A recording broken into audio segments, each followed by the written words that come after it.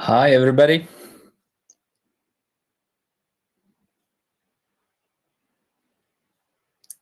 Can everybody hear me? See me?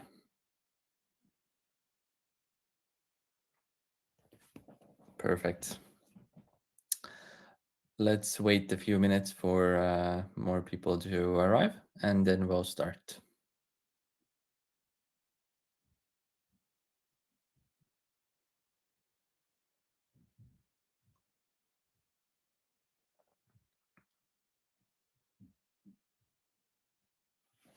Thank you, everyone, for joining. And how is everybody? How's the weather where you're at?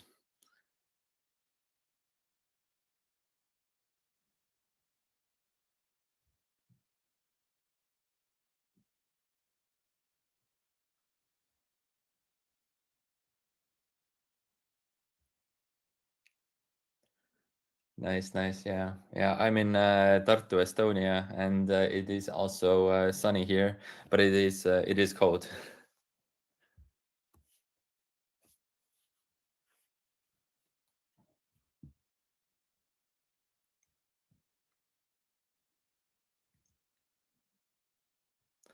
Right. So I think we can slowly start, and whoever joins can tune in. Right. So, hi, my name is Janar, and today I will be talking a bit about scorecards. The plan is to go over why you might need them and what they are. Then I will make a short practical demo on how to set them up and how they're shown on candidates. Lastly, as a bonus, I will show you some tips and tricks used to tag and sort candidates. During my presentation and webinar, my colleagues will be in the chat answering all of your questions. So if you have any questions, please let them know and they will answer them. Also, if you have any kind of topics that you would like us to cover, different kinds of webinars or demos to make, please let us know and we'll take that into consideration. So, before we jump into scorecards, I want to start with something that almost every hiring team experiences at some point, and that's keeping candidate evaluation fully consistent across interviews. And this is not because recruiters don't know what they're doing. In most cases, there is already a structured process in place, and interviewers usually have a clear idea of what they're looking for. But even then, small differences naturally happen. One interviewer might place slightly more emphasis on communication, another might go deeper into technical skills, and someone else might focus more on culture fit.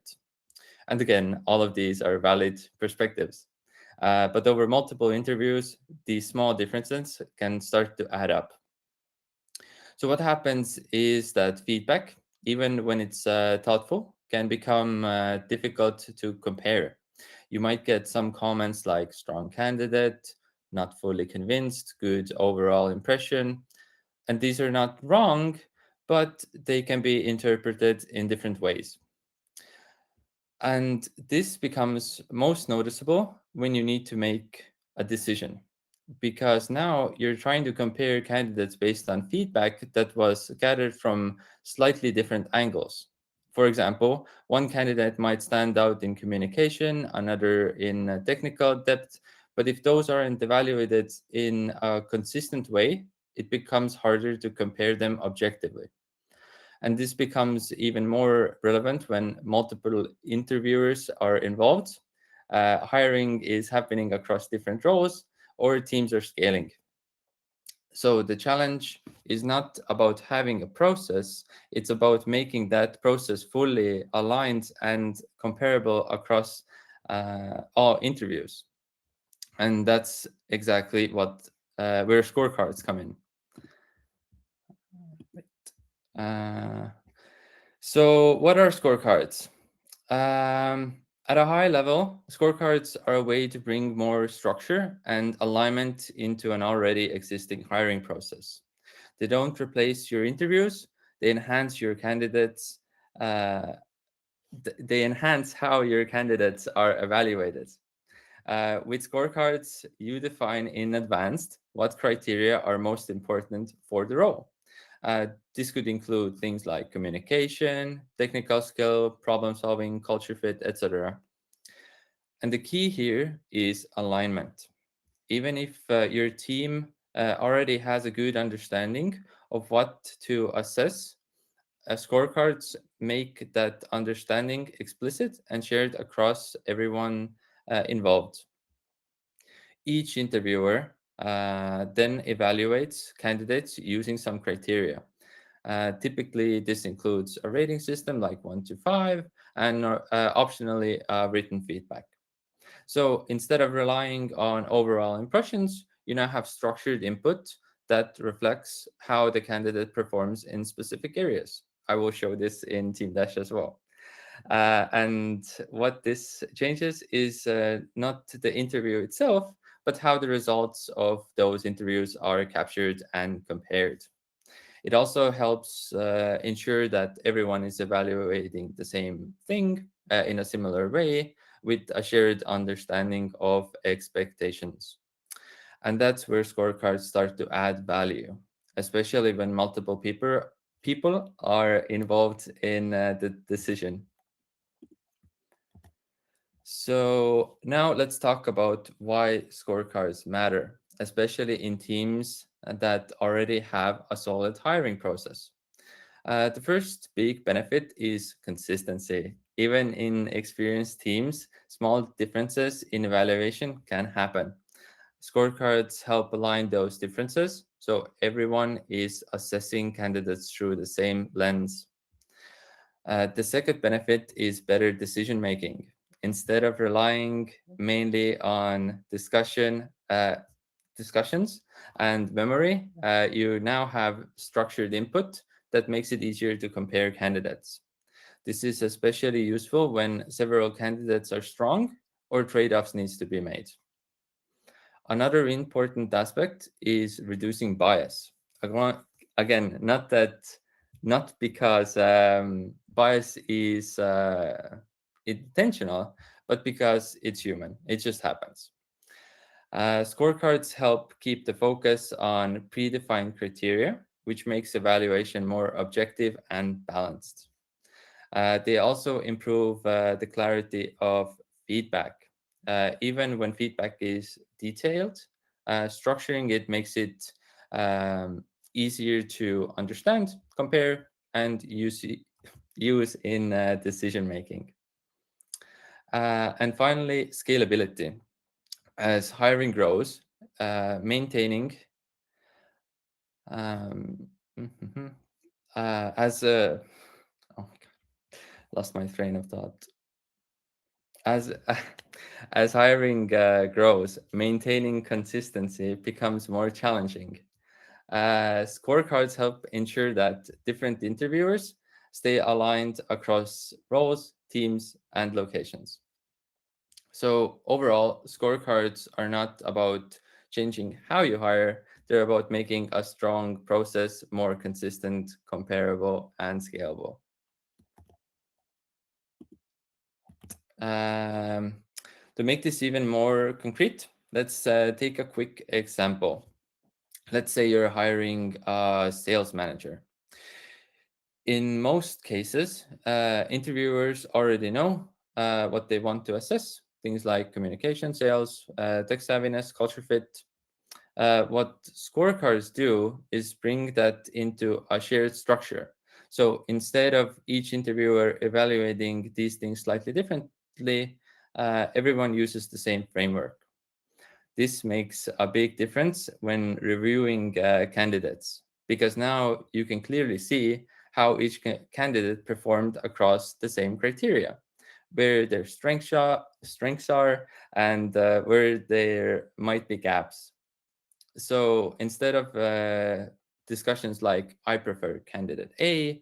You can have a more structured conversation like candidate A was stronger in communication, while candidate B was stronger technical wise. So which one is more important for this role? And that leads to more focused, objective, and productive decision making. So now that we've covered what scorecards are, how they support your existing processes, let's take a look at how you can actually set them up and use them in Teamdash. Let's see, share. Right, I hope everybody can see my screen. Let me close this one. Perfect. Okay, so this is my test environment, and to access scorecards, there's a few different ways you can go to scorecards, but I like to use the three dots and go to scorecards. And as you can see, I have already made a couple. So we already have one for Sales X Manager. I have one that's a little bit extended, and I'll also show the differences. And I have one for customer support. So if you want to make a new scorecard, you can just press Add Scorecard. This will pop up. It will ask the name for the scorecard. You usually, as you saw, I named it according to the different roles that I'm hiring. So for example, here I'll write tester, tester maybe, and now we can add different kinds of questions. So here you can go as in depth as you want with the structure. So you can make it more vague, as in like just I don't know, tech savvy, right? And add another one, is there English good? Or you can add another question being a lot more specific, like how did they describe their past in testing? So you can get as specific as you want, or you can be as vague as you want. The more specific you are, the more structure it gives. You can also rearrange them and choose a team that will see the scorecards, if you have teams, of course. After you're done, you can save, and here it is. So let's go over the few examples that I've made, and let's look at them a little bit more closely. So here you have also a few options to clone or edit the scorecards. What cloning does, it just duplicates it. What edit does is that it allows you to edit it. So we press on edit, and it opens up my sales manager scorecards. So here I've set up few questions and ratings. I tried to be a little bit more vague here and not too specific. So here I would just like the interviewer to evaluate their communication skills, sales experience, tech savviness, and culture fit. If we close this one and we go to the extended one, we can see that here I structured it a bit differently. So here I would like the interviewer to rate their overall communication skills, and there's a few clarifying questions that I would like them to ask each candidate. So to get a better understanding and make it more uniform across interviews. So for each different category, I made 3 different questions. And for each of those, they can give a rating from 1 to 5. And also add different kinds of feedback as optionally, but I will show this in a moment. So once we are done with our scorecards, we can go into the project. So inside the project, you can see that I have 5 different candidates in the interviews section. So let's say I'm having an interview with Steve.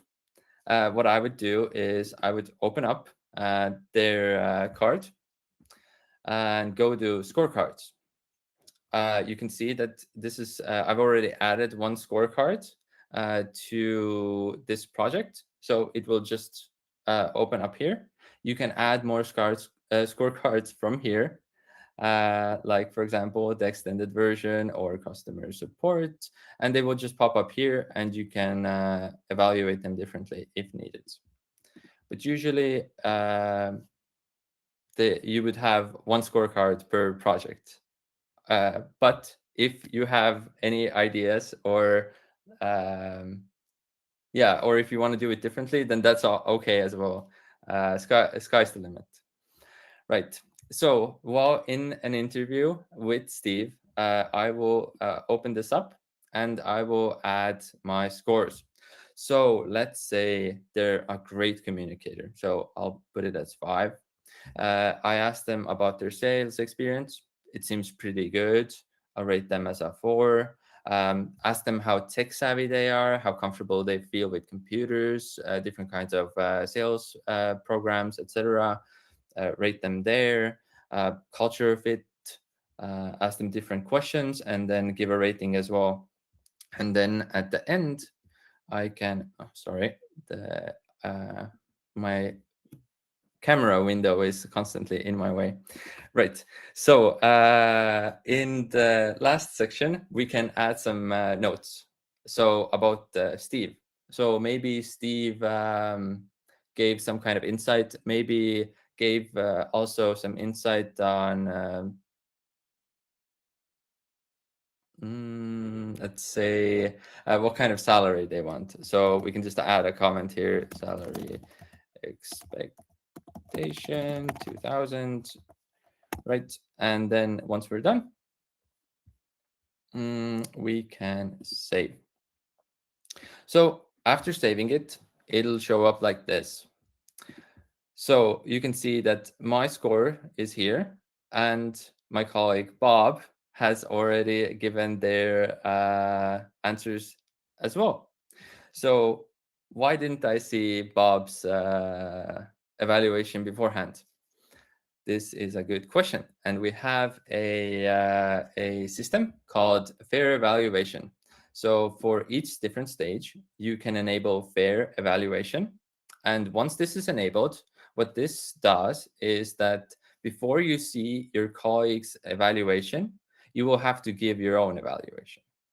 So as you saw, there were no evaluations given, and now Bob's popped up as well. I can also hover over, show that these were the averages shown. Right, but if we take off fair evaluation, and let's refresh the page. Right, we can see that everybody has already been evaluated by Bob. Right, this is good. So you can choose how you would like to do this yourself. Right.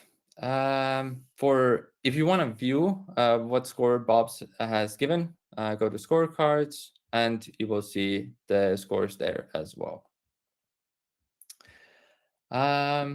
That's about it for the scorecards, but I will show you some tips and tricks as well on how to tag candidates and how to help with the sorting process if you have a lot of candidates. So, first of all, let's talk a little bit about sorting. So maybe you've noticed that there is a button here called sort by, and there's different kinds of options here. I would highly recommend uh, reviewing them and seeing what works for you. But there is this cool function called similarity to selected.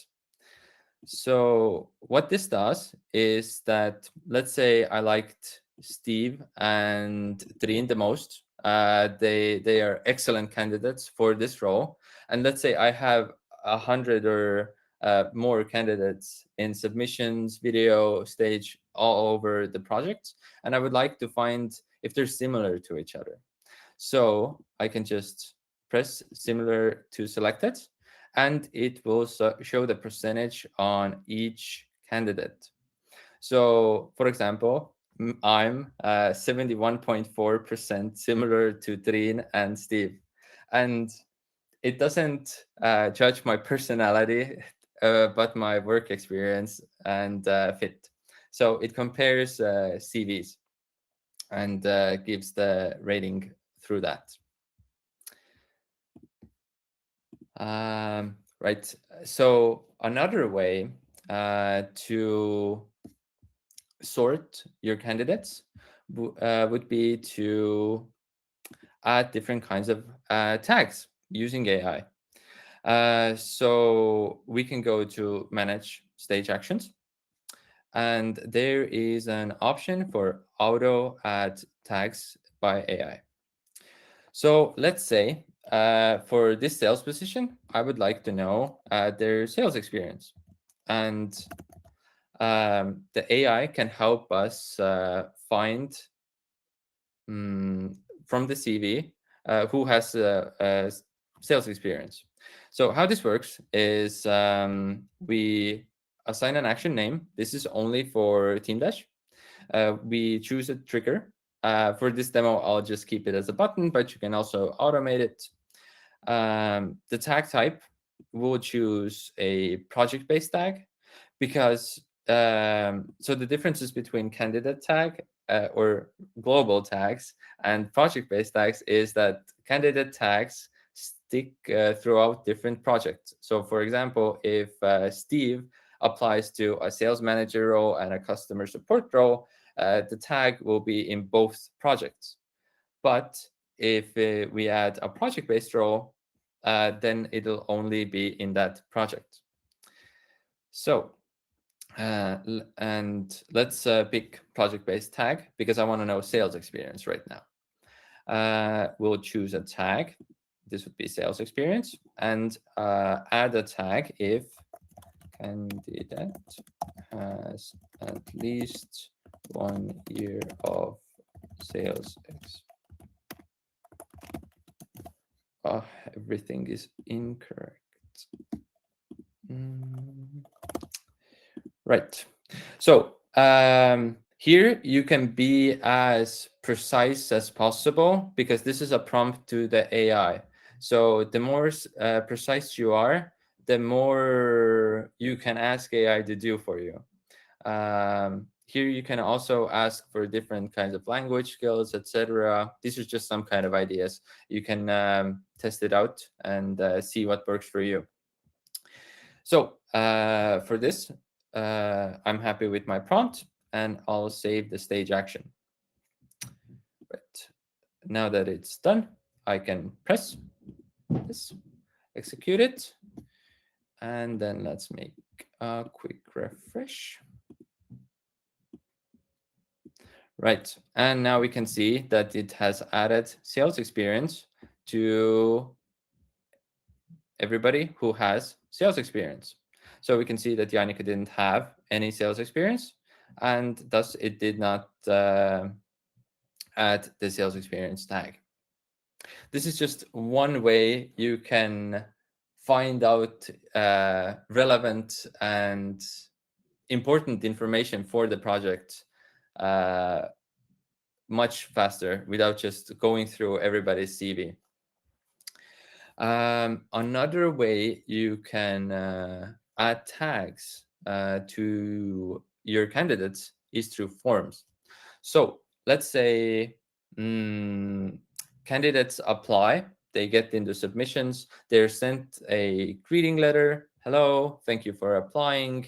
and they're asked to fill in a small form, a form to ask for, uh, let's say, their salary expectations, etc. So they can fill it in, and then we'll get this information on the candidate card as well. Because when they're applying, you don't always get all the information, but this is just some extra that you can do. So under forms, I have a demo form, and this is how I've set it up. But what I wanted to highlight here the most is the candidate profile target field. This is where you can see, where you can direct the answers to Teamdash. So let's say I want their answers for works in a country to go to the comments. There's different options. You can also add it as a tag, etc. They're different for different types. But let's say comment for this is good. And for expected salary, let's say I want a project-based tag. So I want to know what their expected salary is.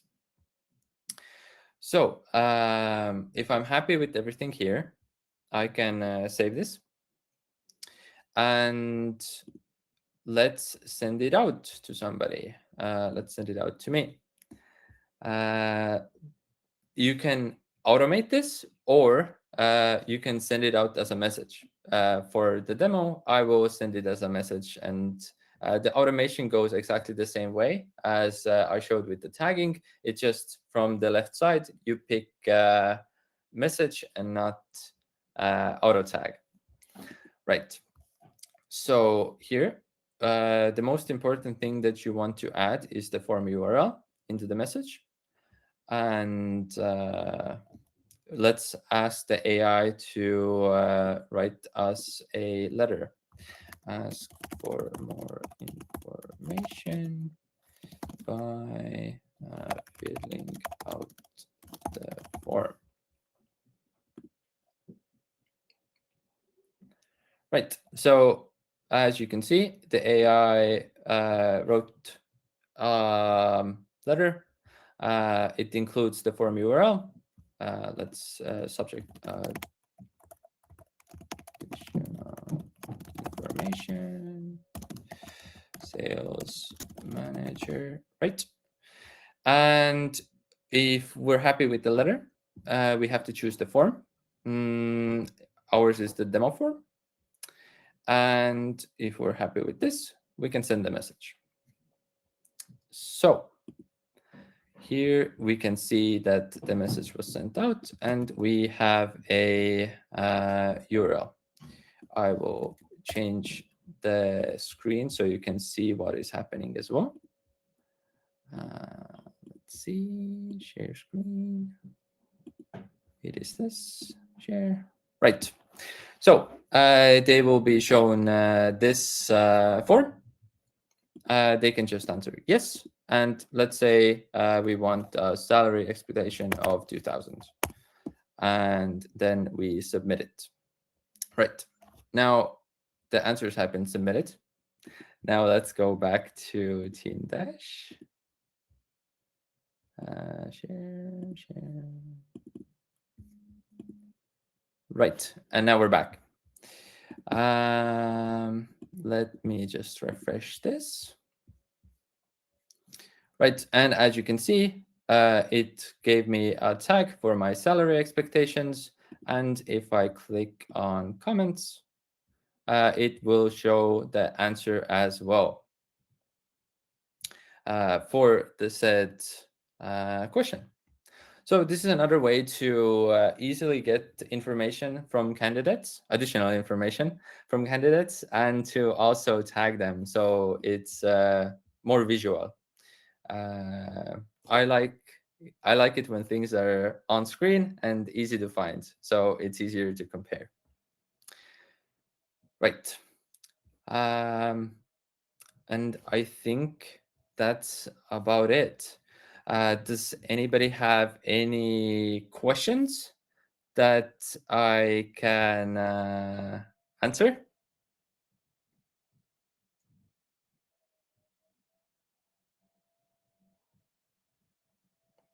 Yes, yes, exactly. The sales experience tag was previously created under labels. Yes. So that is an excellent question. So before you try to add the automation, you should go to tags, let's say project-based tags. And as you can see here, it's I've already made the sales experience tag. But let's say I want one for, let's say, the Russian language. Uh, right. I just make the tag and then I go and make the automation. Right. This was a very good question. Thank you so much. Okay, perfect. But thank you everybody for joining. And I hope this was informative. And I guess I'll see you guys next time. Thank you.